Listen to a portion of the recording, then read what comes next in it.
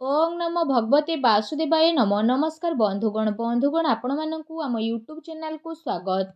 बंधुगण आजिर भिडियो आमे आपण मानकु कहबू 25 तारिखर दिनटी आपणकर किपरि कटिबो केउ प्रकारर आजिर दिन को आपण माने प्लानिंग करिवे। आज दिनर संपूर्ण राशिफल विषय आमे आपण मानकु कहबू कि आजिर दिन आपणक पई किपरि भाबरे साब्यस्त हेबो, केउ केउ क्षेत्र रे आपणकु फायदा मिलिबो, केउ केउ जिनिसरे आपणकु सावधानता अवलंबन करबाकू पड़िबो, आपणकर लव लाइफ किपरि रहिबो, क्यारियर किपरि रहिबो, बिजनेस एवं व्यापार किपरि रहिबो, ता सहित स्वास्थ्यर महत्वपूर्ण इनफॉरमेशन मध्ये आमे आपण मानकु कहिबू। आउ ए वीडियो शेष रे आमे आपण मानकु गोटे उपाय विषय मध्ये कहिबू, जहा द्वारा आपण आजिर दिन को आहुरी अधिक शुभ और मंगलदायक साब्यस्त करि परिबे। फ्रेंड्स, आगो को वीडियो आरंभ करबा पूर्व आमर आपण मानकु रिक्वेस्ट, जदि आपण आमर ए चैनल ले नुआ आछंती तो चैनल को सब्सक्राइब करंतु, सांगरे नोटिफिकेशन बेल को मध्य ऑन करंतु, जहा द्वारा समय समय रे सो आमर नुआ वीडियो रो नोटिफिकेशन आपनकु मिली जिवो। फ्रेंड्स, आसंतु जानिबा केमिति रहिबो आपनक पई 25 तारिखर दिन। जदि आमे सबुठारु प्रथमे कहिबा कि कौन आज आपणक पई पॉजिटिव रहिबा पई जाउछि, जदि आमे कहिबा विशेष भाबरे आजिर दिन आपणक पई बहुत ही भल दिन रहिबो। शीघ्र काम बनी जिबा कारणरू आज आपणकु लाभदायक अवसर विशेष भाबरे प्राप्त हेबो। अटकी थिबा धन आज आपणकु वापस रे मिली पारे। भल खबर मिलिबार आज विशेष भाबरे अनेक ही जोग बनु अछि। कौनसी पदाधिकारी किंबा कौनसी वृद्ध लोकंकर कृपा दृष्टि आज आपणक उपरे पड़िबो। सबु कार्य को आपण सरलतार सह संपन्न करिकि विशेष भाबरे आगकु बढ़ी जिबे। ता सहित जदि कहिबा आज आपण निजर कार्य कुशलता दमरे कौनसी महत्वपूर्ण कार्य को बहुत बढ़िया रूप से पूर्ण मध्य करिवे, जहा द्वारा आपणकु बहुत अधिक लाभ मध्य प्राप्ति हेबो। कौनसी संपर्कितंकर घरे आगमन एवं हास परिहास रे आपणकर टाइम को स्पेंड करिबा घरर वातावरण को काफी खुशी भरा मध्य पूर्ण करिदेबो। निज परिवार रे व्यवस्था बनेकी रखिबा पई जहा नियम एवं कायदा बना जाइछि ताकू निहाती भाबरे आपण पूर्ण करिबा पई ट्राई करंतु। एहा द्वारा घरे अनुशासित माहौल रहिबो और पिला माने निजर पाठ पढ़ा प्रति मध्य एकाग्रचित रही जिबे। ता सहित आज आपण डेली जीवन रु किछि बाहरी के किछि नुआ करबा पई ट्राई करंतु। एहा द्वारा आपणकर मानसिक एवं शारीरिक थकापन दूर हेबो एवं आपणकर नुआ ऊर्जार प्रभाव आपणक भितरे विशेष भाबरे देखिबा पई मध्य मिलिबो। फाइनान्स संबंधित महत्वपूर्ण निर्णय नेबा पई मध्य जदि कहिबा आजिर दिन आपणक पई बहुत ही उत्तमदायक रहिबो।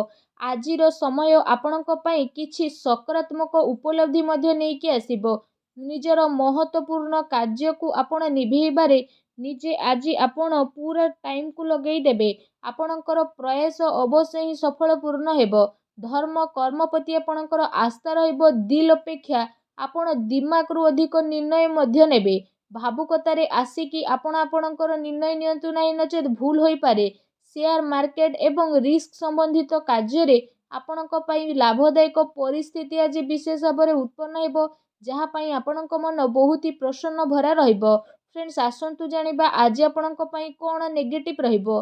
फ्रेंड्स, परिवारर परिस्थिति आज चिंतापूर्ण हेबो। ता सहित परिवार रे जणे आउ जणक प्रति ताळमेळर अभाव मध्य आसी पारे। अनावश्यक कथा को नेकी विवाद उत्पन्न हेबार विशेष भाबरे आज संभावना मध्य परिवार रे देखा देउछि। ता सहित काहा मन रे विविधा उत्पन्न हेबा कारणरू जणे आउ जणक सह लड़ाई झगड़ा टिके होई पारे, तेणु सावधान रहंतु। या सहित पिलांकर कोनोसी नकारात्मक गतिविधि कारणरू मन रे चिंता एवं क्रोध भली भावना उत्पन्न मध्य हेबो, किंतु तांकर गलती को आपण दोषपूर्ण भाबरे ठीक करिबा पई चेष्टा विशेष भाबरे करंतु। एहा द्वारा स्थिति रे शीघ्र ही आपणकर सुधारता आसीबो। ता सहित आपण काहा उपरे विश्वास करिबा पूर्वरु सबु स्थिति को बहुत भल भाबरे विचार विमर्श करंतु। आपणकर भावुकता एवं उदारतार लोक माने फायदा मध्य उठाई पारंती। फ्रेंड्स को सहित अधिक मेल मेलाप समयर बर्बादी आपणकर करई देबो, तेणु आपण ध्यान रखंतु। कौनसी भी निर्णय को नेबा पूर्वरु बहुत अधिक समय लगाइबा हातरे आसीथिबा उपलब्धि को आपणकर दूर करि पारे। निजर बाणी एवं जिद्दी स्वभाव को नियंत्रित आपण रखंतु। मामु घर पक्षंक ठारू କୌଣସି ପ୍ରକାରର ଭୁଲ ବୁଝାମଣା ମଧ୍ୟ ଆପଣଙ୍କର ଉତ୍ପନ୍ନ ହୋଇପାରେ। ଆପଣଙ୍କର ପ୍ରତିଦ୍ୱନ୍ଦ୍ୱୀ ଆପଣଙ୍କ ଭିତରେ ଆଜି କିଛି ଅପବାଦ ଫେଲାଇବାର ଚେଷ୍ଟା ମଧ୍ୟ କରିପାରନ୍ତି, ଯାହା ପାଇଁ ଯଦି କହିବା ପଡ଼ୋଶୀ ଫ୍ରେଣ୍ଡସ୍ଙ୍କ ସହିତ ଆପଣଙ୍କର ସମ୍ବନ୍ଧ ମଧ୍ୟ ଖରାପ ହେବ। କୌଣସି ବି ପରିସ୍ଥିତିକୁ ଆପଣ ଶାନ୍ତିପୂର୍ଣ୍ଣ ରୂପରେ ସୁଲଝେଇବା ପାଇଁ ଟ୍ରାଏ କରନ୍ତୁ। ରାଗିବା ଆପଣଙ୍କ ସମସ୍ୟାକୁ ବଢ଼େଇବ।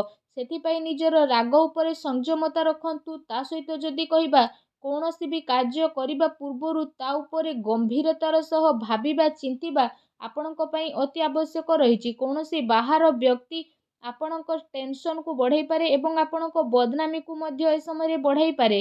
ତେଣୁ ଆପଣ ବିଶେଷ ଭାବରେ ସାବଧାନ ରୁହନ୍ତୁ। ଆସନ୍ତୁ ଜାଣିବା ଆଜି ଆପଣଙ୍କର ଲଭ୍ ଲାଇଫ୍ କିପରି ରହିବ। ଆଜିର ଦିନ ଆପଣଙ୍କର ଜୀବନ ସାଥୀ ଆପଣଙ୍କୁ ସବୁ କାର୍ଯ୍ୟରେ ସାହାଯ୍ୟ ସହଯୋଗ ପ୍ରଦାନ କରିବେ ଓ ସବୁ କଥାକୁ ଶୁଣିବେ, ଯେଉଁ କାରଣ ପାଇଁ ଆପଣଙ୍କ ସମ୍ପର୍କରେ ସକାରାତ୍ମକ ପରିବର୍ତ୍ତନ ଆସିବ। ଆପଣଙ୍କର ପ୍ରେମ ଜୀବନରେ ଚାଲି ଆସୁଥିବା ସମସ୍ୟା ଆପେ ଆପେ ଯଦି କହିବା ସମାପ୍ତ ମଧ୍ୟ ହୋଇଯିବ। ତା ସହିତ ଜୀବନସାଥୀଙ୍କର ସକାରାତ୍ମକ ସହଯୋଗ ଆପଣଙ୍କୁ ଆତ୍ମବଳ ଏବଂ ଆତ୍ମବିଶ୍ୱାସ ମଧ୍ୟ ପ୍ରଦାନ କରିବ।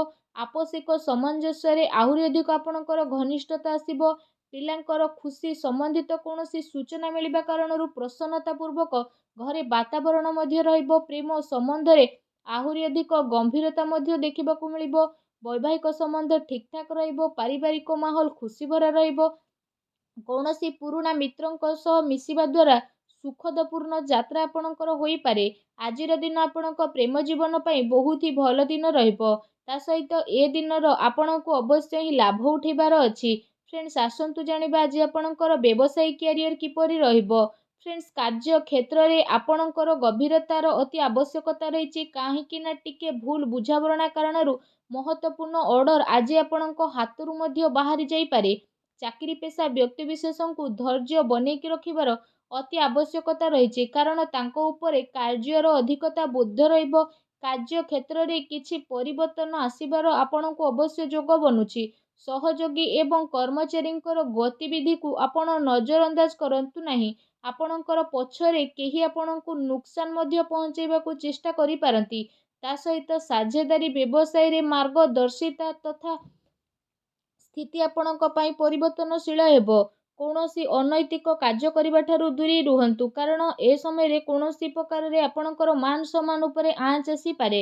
ତା ସହିତ କୌଣସି ଅଜଣା ବ୍ୟକ୍ତିଙ୍କ ସହ କୌଣସି ବି ଡିଲ୍ ଫାଇନାଲ ଆଜି ଆପଣ ଆଦୌ କରନ୍ତୁ ନାହିଁ। ଏହା ଆପଣଙ୍କ ପାଇଁ ଭଲ ରହିବ।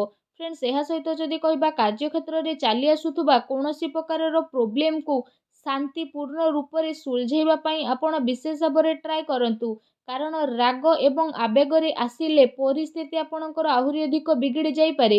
ଅଧିକାରୀଙ୍କ ଦ୍ୱାରା କଥାବାର୍ତ୍ତା କରିବା ସମୟରେ ମାନସିକ ସ୍ଥିତି ଆପଣଙ୍କର ସାମାନ୍ୟ ବନେଇକି ରଖନ୍ତୁ।